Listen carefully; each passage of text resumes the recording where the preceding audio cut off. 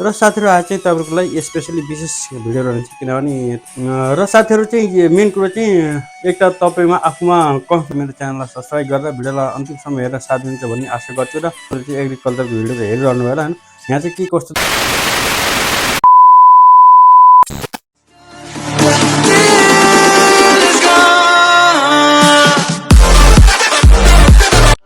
Hello guys, welcome back to my YouTube channel cooking photo च्यानलको नयाँ भिडियोमा तपाईँलाई स्वागत छ। र सधैँको जस्तै आए पनि नयाँ भिडियोहरू आइसकेको छु। कृपया भिडियोलाई अन्तिमसम्म हेरेर साथ दिन भन्न चाहन्छु। यदि च्यानलमा नयाँ च्यानललाई सब्सक्राइब गरेर भिडियोलाई टक्क एउटा लाइक गरेर आफ्नो साथीमा सेयर गर्न चाहन्छु। र साथीहरू आज चाहिँ तपाईँहरू रोमानियामा आउन चाहने साथीहरू र रोमानिया आउने सोच गरिरहनु भएको छ नि तपाईँहरू चाहिँ मेडिकलमा चाहिँ के चाहिँ रोमानियामा गएर टेस्ट गर्नुपर्छ त होइन। तपाईँहरू चाहिँ नेपालमा नि मेडिकल भयो होइन, र तपाईँहरू चाहिँ यहाँ आएर रोमानिया आएर के टेस्ट हुन्छ भने त्यस विषयमा चाहिँ तपाईँलाई चाहिँ छोटो मोटो जानकारी चाहिँ यो भिडियो मार्फत दिनेछु। कृपया भिडियोलाई अन्तिमसम्म हेरेर साथीहरूलाई भन्न चाहन्छु। र साथीहरू तपाईँहरू चाहिँ आफूले चाहिँ तपाईँहरू चाहिँ मेडिकल नेपालमा तपाईँले एकदम नर्मली मेडिकल चाहिँ नेपालमा गरेर आउनुभयो भने तपाईँमा केही बिमारी छैन भने त्यस्तो होइन केही फरक पर्दैन। तपाईँहरू चाहिँ रोमानिया आएर चाहिँ त्यस्तो एकदम टाइट मेडिकल हुनु चाहिँ हुँदैन होइन। यहाँ चाहिँ के हुन्छ त होइन त्यस विषयमा चाहिँ आज तपाईँहरूलाई चाहिँ छोटो मोटो जानकारी दिनेछु। किनभने तपाईँहरू चाहिँ नेपालबाट आउँदाखेरि चाहिँ तपाईँहरू चाहिँ मेडिकल चाहिँ आफूलाई मेडिकल गराउँदा एकदम तपाईँहरू फिट हुन्छ नि त्यसबारे टेस्ट लिनु पर्दैन। यहाँ आएर चाहिँ त्यस्तो टाइट मेडिकल चाहिँ हुँदैन होइन। यो नगर्नु कि तपाईँहरूलाई चाहिँ समस्या छ होइन भित्र तपाईँको चाहिँ समस्या हुँदाहुँदै पनि तपाईँले घुस खुवाएर आफ्नो मेडिकल चाहिँ पास गरेर यहाँ आउनु आउने तपाईँलाई यहाँ आएर गाह्रो हुन्छ नि, तपाईँको पैसा पनि लस हुन्छ, तपाईँको टाइम पनि लस हुन्छ। कृपया त्यस्तो नगर्नु होला होइन। किनभने तपाईँहरू चाहिँ यदि दबाई चल्दैछ भने होइन त्यो दबाई कम्प्लिट गरेर मात्रै तपाईँहरू चाहिँ एप्लाई गर्नु राम्रो हुन्छ होइन। किनभने त्यसो तपाईँले यसो गर्नु भने तपाईँलाई राम्रो र यो तपाईँलाई यहाँ पठाउने मेन पावरलाई पनि सही हुन्छ होइन। त्यसैले चाहिँ तपाईँहरू चाहिँ यदि रोमानियामा दबाई आउनु चाहनुहुन्छ र तपाईँको नेपालमा दबाई चल्दैछ भने तपाईँ चाहिँ आफ्नो दबाई कम्प्लिट गरेपछि मात्रै तपाईँ यहाँ आउनु होला होइन। यहाँ आएर पनि मेडिकल टेस्ट हुन्छ होइन, यो नै कि मेडिकल टेस्ट हुँदैन, हुन्छ होइन। तपाईँहरू चाहिँ र साथीहरू आज चाहिँ तपाईँको लागि स्पेसली विशेष भिडियो रहन्छ किनभने तपाईँहरू यति रोमानिया आउने सोच गरिरहेको छ भने र तपाईँले पनि सोचिरहेको छ भने मेडिकल चाहिँ के टाइट गर्छ रोमानिया भन्ने तपाईँको मनमा चाहिँ यही लागिरहेछ भने तपाईँले चाहिँ यो भिडियो मार्फत पुऱ्याएर तपाईँलाई सम्पूर्ण जानकारी दिनेछु होइन। रोमानियामा चाहिँ के मेडिकल टेस्ट हुन्छ त त्यस विषयमा चाहिँ तपाईँलाई छोटो मोटो जानकारी चाहिँ आजको भिडियो मार्फत रहन्छ।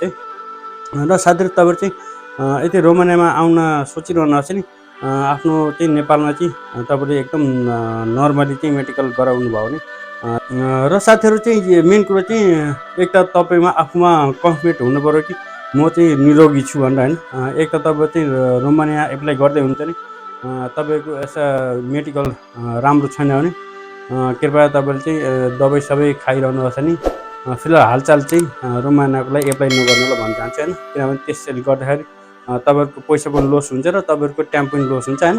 र अर्को कुरा चाहिँ तपाईँले चाहिँ यदि रोमानियामा आएर चाहिँ म चाहिँ फेक मेडिकल बनाएर होइन नक्कली पैसा घुस खुवाएर चाहिँ रोमानियामा चाहिँ मेडिकल पास गरेर जान्छु भनेर त्यो पनि नगर्नु होला। किनभने यहाँ आएर तपाईँको चेक हुँदाखेरि तपाईँहरूमा केही रोग देख्यो भने तपाईँलाई चाहिँ गाह्रो हुन्छ होइन, तपाईँको पैसा पनि लस हुन्छ र तपाईँको टाइम पनि लस हुन्छ। त्यसैले चाहिँ यस्तो नगर्नु भनेर चाहिँ यहाँ चाहिँ त्यति मेडिकल टाइट चाहिँ हुँदैन है।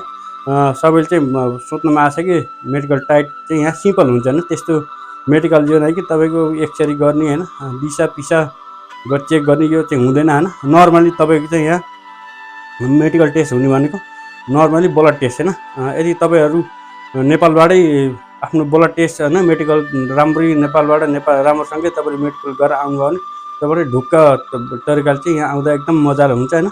यो नै कि यहाँ आएर एक्सरे गर्ने होइन तपाईँको चाहिँ पुरानो केही चिजको तपाईँको दाग हुन्छ नि यहाँ त्यो तपाईँको के दाग होला होइन त्यो दाग साग छ भने तपाईँ टेस्ट लिनु पर्दैन होइन। त्यो बेफिक्र भएर आउँदा हुन्छ होइन। हामीले चाहिँ कतारमा चाहिँ काम गर्दाखेरि कतार अन्य कन्ट्रीमा गल्फ कन्ट्रीमा काम गर्दाखेरि हाम्रो सालानी पछि मेडिकल हुन्थ्यो होइन। तर यहाँ चाहिँ यस्तो चाहिँ हुँदैन। यहाँ चाहिँ तपाईँको नर्मली ब्लड टेस्ट हुन्छ होइन।